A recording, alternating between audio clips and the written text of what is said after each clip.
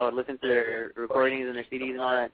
And I was always like, dang, I wish like one day I could actually like not even meet him, just see him in concert. And now actually like opening concerts for him and doing all that, it's like a great experience overall. Yep, you'll be drinking milk with them tomorrow while they're shooting tequila, right? That's right. I'll be eating my cereal ready for bed while they're partying. All right. Brittany, by the way, he's kind of cute, so we'll have to hook you up tomorrow. Yes, I'm single. Too, by the way. You have my number.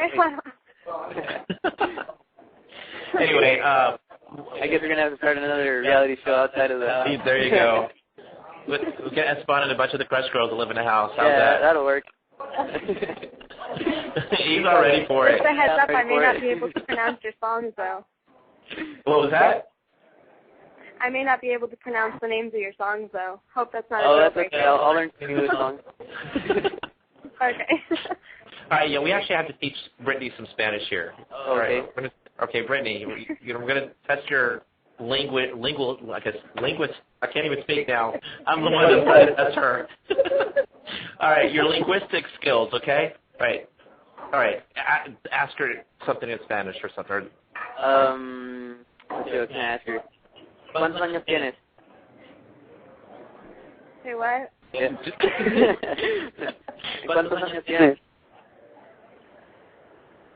Yes. Okay, you're going to have to repeat that, but in English. All right. Well, you don't know. He's asking how old you are. Now you got to say it in Spanish, though. Okay? What is it? 18? Say that. Yes? Wait. Oh, 18. I learned my numbers. I took Spanish. There you go. All right. Anyway, Brittany's going to be there tomorrow. You're coming tomorrow, right? To the meet and greet? Yeah, she will be. Yeah. Anyway. You all have to be there. Yeah, you have to be. All right, now, I want to talk about the drama in the house because it was actually kind of funny while we were waiting for the show to start. Hey, Laura can help with that. Yeah, Laura. Okay, Laura, you're actually his real wife. Yeah, we're married already. So give us the real scoop here about your man here. Okay. Well, Esteban was living in a house with 25 people. In one room. And they all slept in one room with cameras on them. They even had cameras on in the restroom, he said. You get like nighttime vision cameras in there too? Yes, actually, like I didn't they told us there was cameras there. They can see everything I'll do, and I didn't believe them until I was actually out of the show. I was like, oh wow, they saw everything. They like this, like there's night vision cameras there, just like perfect detail. Like it looked like it was during the day. Like you could see everything. Oh my lord. That's what I said. Well, I kept missing the show because it was on Sunday in the afternoon. I kept missing it. And Cynthia came into the office and said, I love the song that Esteban sang on the show. So I YouTubed it. I typed in his name, the song came up, and I looked to the right, and it said more related videos, and it said Esteban Fan Club. And some of the titles were like, Their First Kiss, We Lost Them on the Cameras Today. So I started clicking on everything and invited everybody into my office to check out Esteban and FABY. Well, yeah, I can explain. Yeah, I mean, after some time, you forget there's cameras, first of all. I was in there for 3.5 months, and, like, by the time I got out, like, I was so used to it. Like, I remember, like, after we got kicked out, I was like, one of the last ones to be kicked out. I got kicked out Sunday, and then the whole week I was there doing, like, interviews and all kinds of stuff, like, for magazines, for the TV station, all that. And then, like, the week after that, I got to go home just for, like, a couple of days maybe, and then it's like after I got home for those couple of days, like, we all had to go back and be 2 more weeks in the house, locked up for, like, the finalists and all that. So I went back, and, like, after I went back, like, I saw everything, like, completely different. Like it was funny because, like, after that, we went to the final. The final concert was in, because the whole thing was shot in Mexico City, and, like, the final concert was in Chiapas. So, like, we went over there, we were on the whole starters and stuff, like, just, like, talking about everything that happened, like, all of us were all together and stuff. And, like, we're all whispering. And he's like, why are you whispering? You're like, whoa, we're so used to, like, every time we want to say something we don't want them to hear, we whisper. Like, we're all looking around, we're all paranoid, thinking there's cameras there. Like, we couldn't even go outside because we thought they were looking at us. Like, it was so funny. For, like, a couple of weeks, it still felt like you're actually being watched all the time. Like, you get so used to it. 3.5 months. That is crazy long to be in a situation like that. Yeah. No wonder you're like that.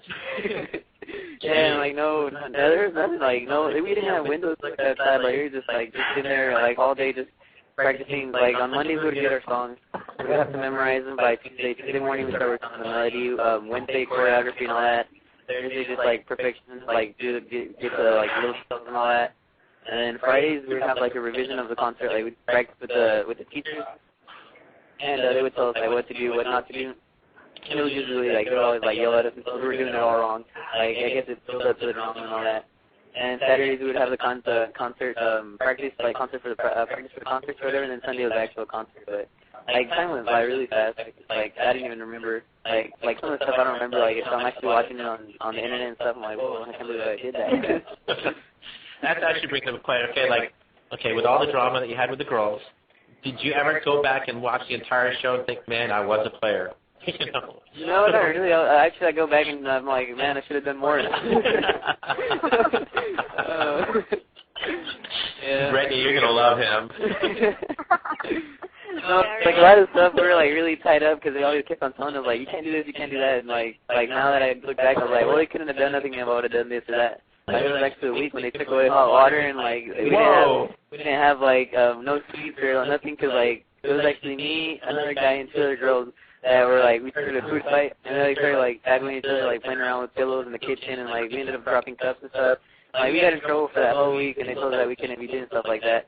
And then the next week they went and told us that we were too quiet, that we weren't doing anything like to help the show and all that. So like it was just like mind game the whole time. Like I guess it just helped us like to go crazy and like build up some drama or something.